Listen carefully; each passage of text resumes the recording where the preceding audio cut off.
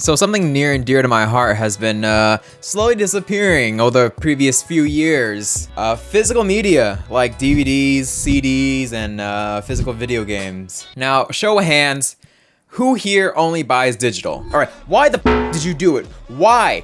Why are you taking this away from me? This was something important to me. Have you been in a Best Buy recently? That is sad. It's just fridges, TVs, and like laptops. I remember being a kid and it was Black Friday. We went to Best Buy and there were just rows and rows of video games and DVDs and movies. And the beauty of it is that you could pick up something you would have never picked up before. You hold it in your hands, you flip it around, you see the screenshots, you read the back, and you're like, wow. I do want to play the History Channel Civil War game, and it's dying, and it will die, and eventually it's gonna be no more. There's gonna be no more physical anything left, but I'm gonna focus on more on video games today. Now, of course, physical games have been fizzling out for years now, years and years, but I think it really hit me once Alan Wake 2 came out. Alan Wake 2 came out, and there were no physical version of the game. It was fully digital. Once big games start going to the direction of digital, like there's probably no going back. And you know, why should they go back?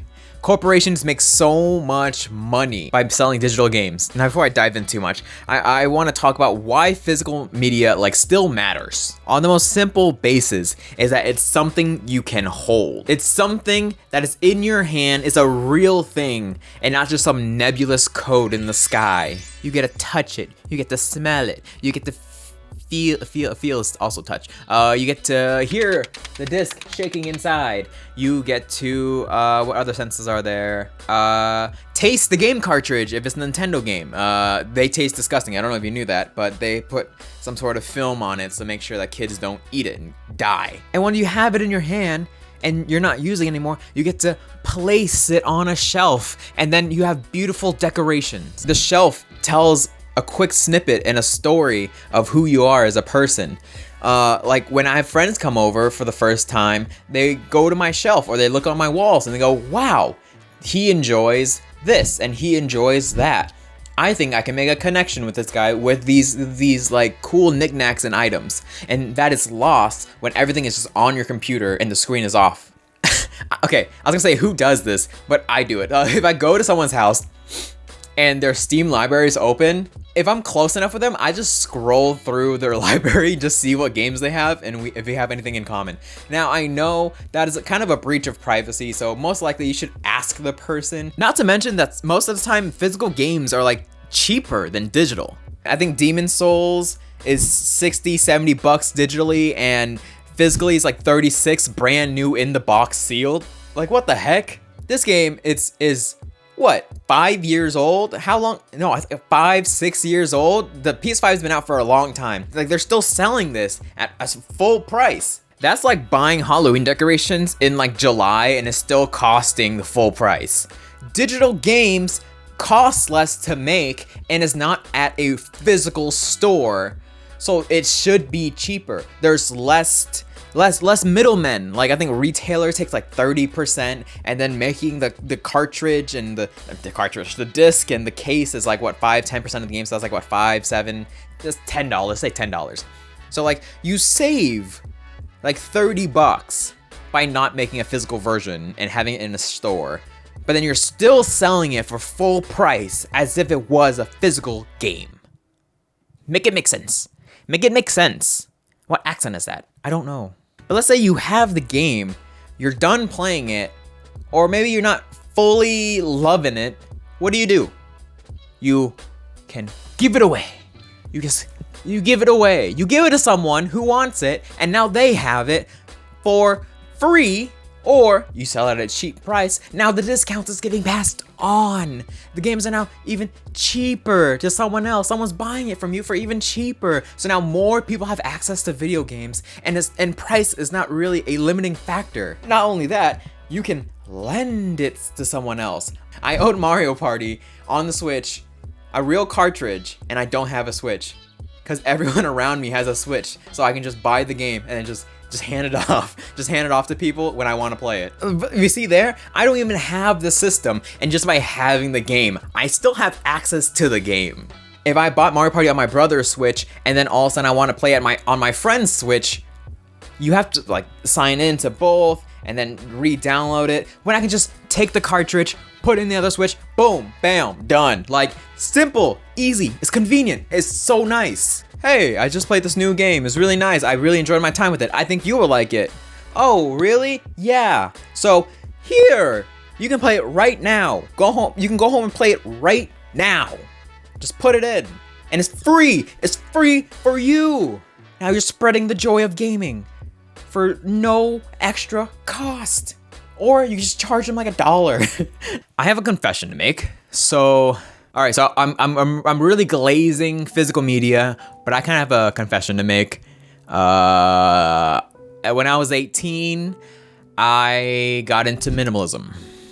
I just found a lifestyle where I didn't have so many things felt kind of liberating, and it saved you so much money, because minimalism is all about buying things that are important to you and stop spending money on things that are not important to you. Declutter your space, only keep what's important. So those things that are important shines, you know? It's like what? If you trim the bushes, the tree look bigger, you know what I mean? So I got rid of practically damn near everything.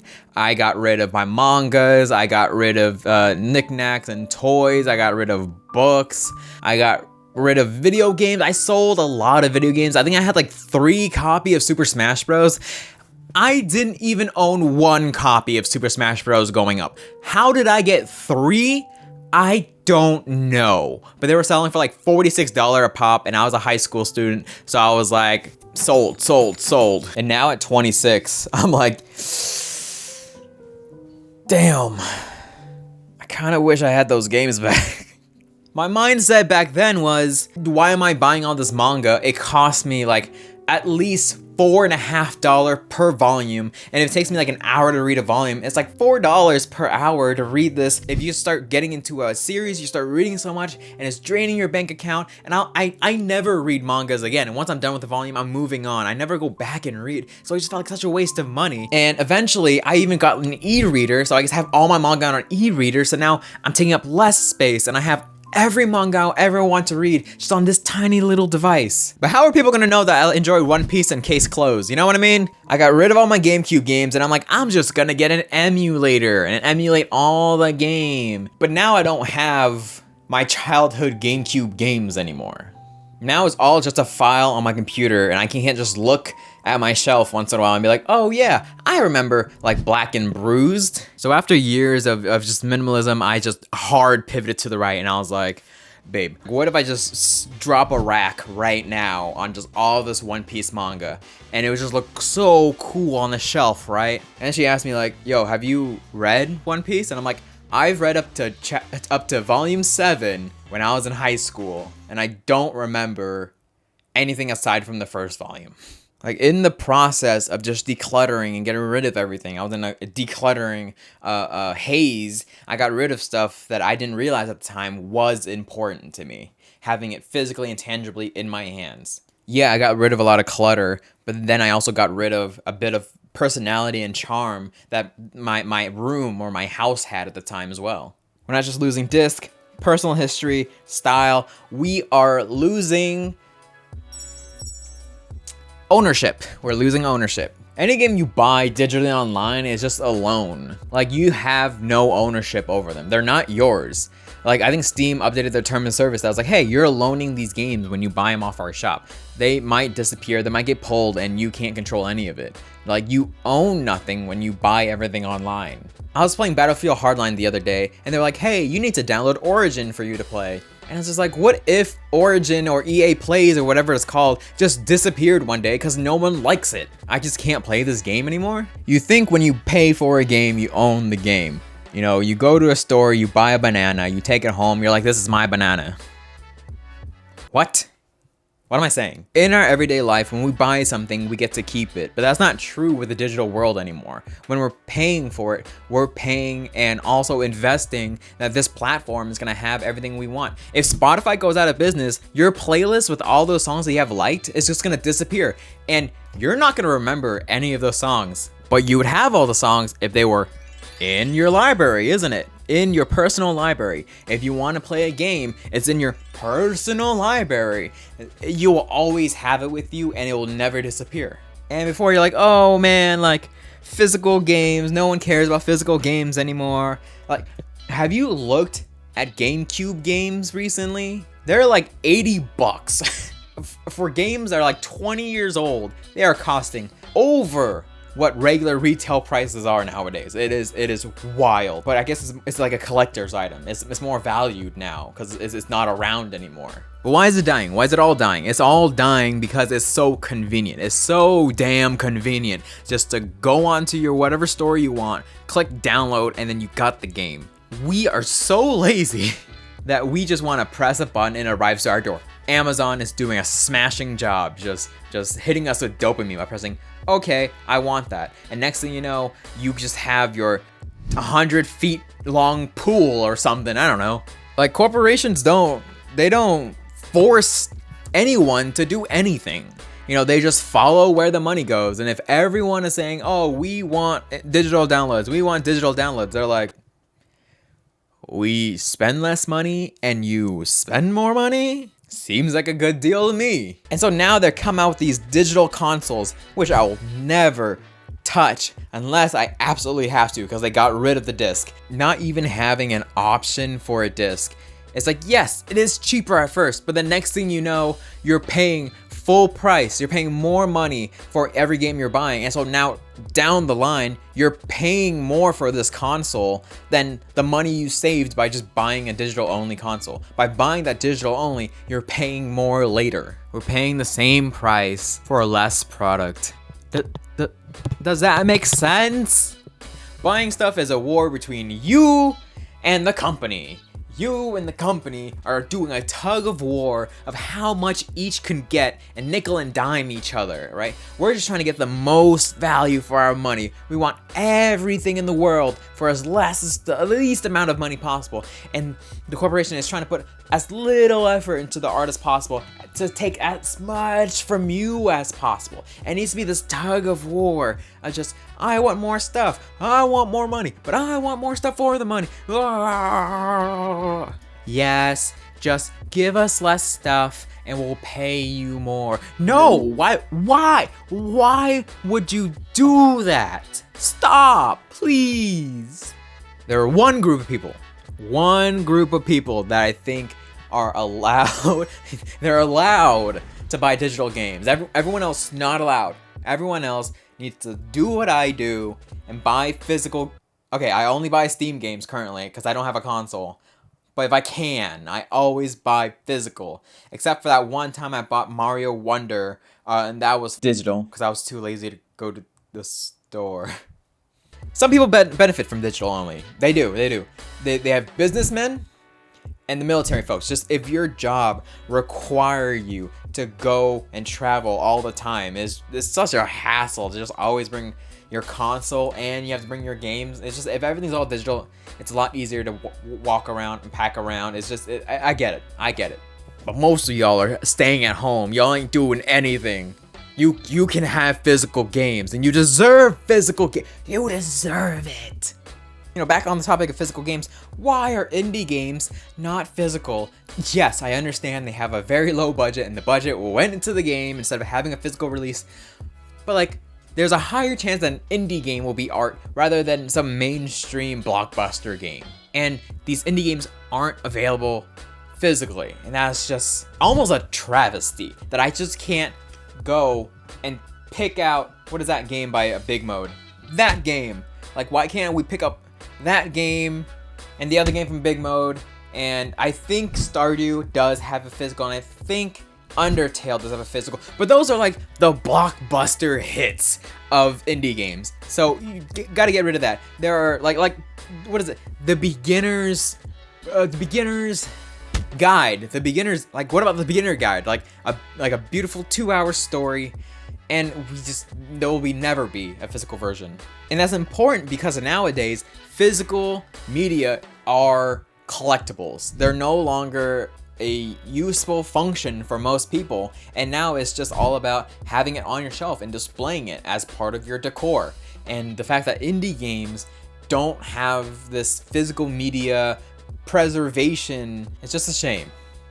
A good argument is that physical media is terrible for the environment because of all the single-use plastic and paper that it wastes, and the factories that is making them. And good point, solid point. I ain't got no argument for that. But most people who buy digital games are not thinking about the environment. They could give two rats' ass about the environment. So I don't want to hear that. It's a valid point, but y'all aren't making it. Y'all are still buying Amazon packages and from Temu, so I don't want to hear it. Y'all saying save the turtle with metal straws, and you're ordering like 16 Amazon packages a day. Like, god damn. Another great argument is when you get the game, you put it in, and then there's like, oh, day 1 patch upgrade, and then you're spending like another hour or however long it takes, depending on your internet, just waiting to play your game. Like, you can't just put it in and play. And that's very understandable. But I have a PS4 with Ghost of Tsushima on it. It's not connected to Wi-Fi, and I've played that game fine with no problem. You can download the update, but you don't really have to. It's like if you play the game and it kind of like buggy, then yeah, you just pop it in, you press update before you go to bed, you wake up, boom, it's done. You haven't waited a darn moment, but you got to play it. And maybe you didn't need any of the bug fixes because you never encountered them, and you're playing a fine game the entire time without waiting at all for your game to download. And speaking of download, what about storage space, huh? When you download a game, you gotta download the game and the patches. When you get the game physically, it's just the patch. You don't have to download the game with it. So now you're saving even more space, and you can have more game patches that are already saved on your PlayStation, and you can just put the game in and play. Put the game in and play. There's no, every time, oh, I think I want to play Warzone. Boop. All right, let's wait for this 100 gig download real quick. And depending how good how good or bad your internet is, that could take 30 minutes. It could take a day. It could take us so long, and by that point you're like, I don't even want to play Warzone anymore. Last of Us is over 100 gigs. I think Warzone's around 100 gigs. Fortnite's like 60 gigs. Like, these games are gargantuan. Like, how many games can you have on your system before it's like, oh, you gotta start deleting games? And you're not gonna delete the small games because they don't make any impact. You delete the big ones. You delete the ones that take up so much of your space. But then what if you want to play it again next week? Oh. Gaming is supposed to be fun, right? Gaming is supposed to be fun. Yes, the disc needs to be updated once you get it, but most of the game is still already on that disc. It's not an empty disc. I don't have any shelf space. I have no space in my home to have physical items. How about you get rid of some of those Funko Pops? Get rid of one Funko Pop. You can probably fit 7 to 10 games in there. Get rid of all those books you don't read, huh? That you said you will read, but you're never gonna read. Get rid of those books. Put some games in there. Space is all about priority. Going back to when I said I was a minimalist for a bit, I still follow the teaching of keep what is important to you. When you get rid of all the stuff that's not important and only keep what really matters to you, there's tons and tons of space in a home. And physical media can also be decor if it doesn't go out of hand. But let's say you have a giant wall of just stuff behind you, of just DVDs or games behind you. That also is personality. You walk into the room and go, oh, he really loves movies. I could probably borrow movies from him instead of going on Netflix or going to Blockbuster. What? And like, this is, what if you die? I don't know where I'm getting at this point. What if you die and you want to leave your kids your games, right? Just hand it to them. You don't have to be like, oh, here's my email and my password for my Steam account, which I think legally you're not allowed to do. I think in their terms of service, you can't just give your account to someone else. And I feel like at some point it's gonna be like, oh, an account is only valid for 100 years. I swear that's gonna happen. All the games in your library is only valid for 100 years, and after 100 years, is cut, and you're gonna lose all access to the game. And like, yes, that's like 2 to maybe 3 generations of people, but you could have it physically. And yes, physical media will rot and it will break, but it's a lot lower chance of a physical media rotting than for a corporation to go under. Now, if me just yapping for the last, I don't know how many minutes, does not make you want to get physical games, physical media, what can we do about it? I think, video game companies really want us to become digital. They got to, on the console side, they got to make digital games way cheaper, so that's actually worth it. Like, you can't just charge physical and digital the same price. It just makes no sense. Digital and physical are two different things. They cost two very different margins to make. Like, if publishers is saving like 40% on the game, they should be passing some of that savings on to the consumer and not just keeping it all. But I feel like where it's going right now is that digital is going to cost the same, that same $70 price tag, and they're just going to make the physical even more expensive. Like, what the heck? If people gave physical copies of things a chance, they'll realize also the joys of having physical things around you. Books, music, iPods, DVD players, game consoles. It's not just a nebulous thing. It's something that you own, you physically have, is yours. You can have an AI girlfriend, but it's not the same as having a real one. I don't know how well that analogy tracks, but I'm leaving it at that. Physical media is no longer the standard in which we give out art. It's now all digital. Physical media has now become a collector's item. It's like a Criterion collection or like Vinegar Syndrome. It's now boutiques that are selling physical things and only collectors want them. And so on a good note, that also means that when smaller companies are selling you physical versions of games, they'll put more love and care. Maybe there'll actually be instruction manuals or like a cool art that's on the case, or it actually looks like they actually give a shit about games when they're giving you this physical thing. But on the other hand, because it's now niche, no one's gonna buy physical media and it's gonna die. There's no more DVDs at Target. There's no more DVDs at Best Buy. There's CDs at Target and vinyl. What the f***'s up with that? There's CD, vinyls, and books, but there's no more DVDs? You're telling me there's more people with vinyl players than DVD players? Your game consoles are DVD players. I'm really interested in seeing where physical media for games, movies, and everything will go from here. But until then, I've been Eric. Oh, I dropped my mic. I've been Eric.